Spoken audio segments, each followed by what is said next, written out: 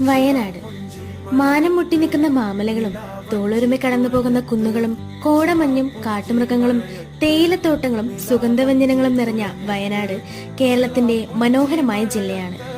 മാനത്തേക്ക് കയറാനുള്ള ഏണിപ്പടികൾ പോലെയുള്ള ഇവിടുത്തെ ചുരങ്ങൾ സഞ്ചാരികൾക്ക് കൗതുകം നൽകുന്ന കാഴ്ചയാണ്. കേരളത്തിലെ ഗോത്ര സംസ്കാരത്തിന്റെയും ചരിത്രത്തിന്റെയും സംഗമ ഭൂമിയാണ് വയനാട്.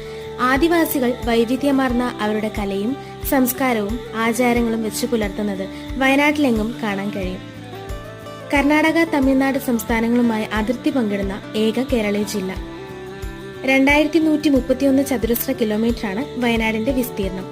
ഇതിൽ 38% വനഭൂമിയാണ്. കബനി നദി ഈ ജില്ലയിലൂടെ ഒഴുകുന്നു.